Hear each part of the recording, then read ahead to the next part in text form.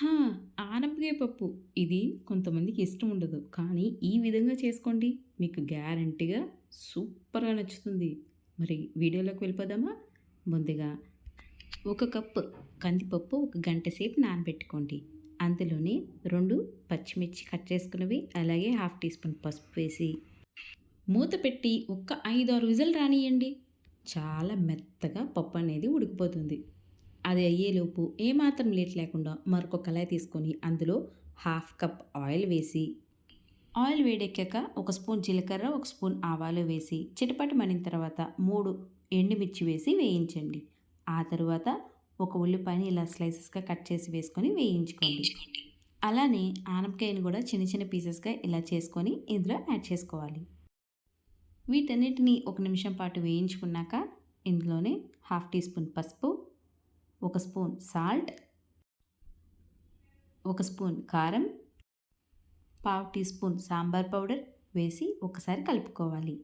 ఇందులోనే చిటికెడంత ఇంగువ కూడా వేసుకోండి, మంచి టేస్ట్ అయితే వస్తుంది.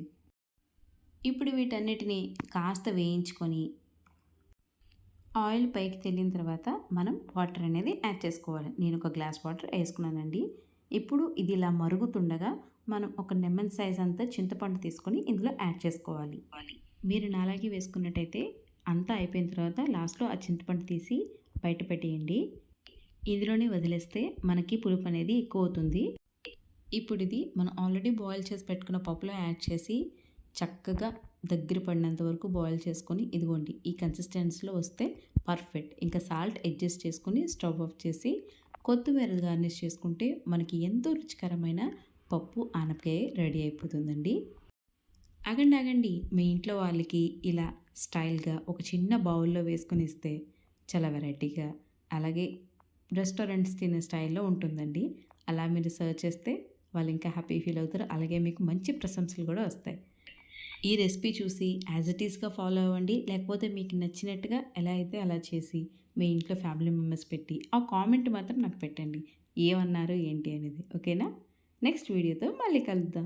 అంటిల్ దెన్ బాయ్ అండి. Take care.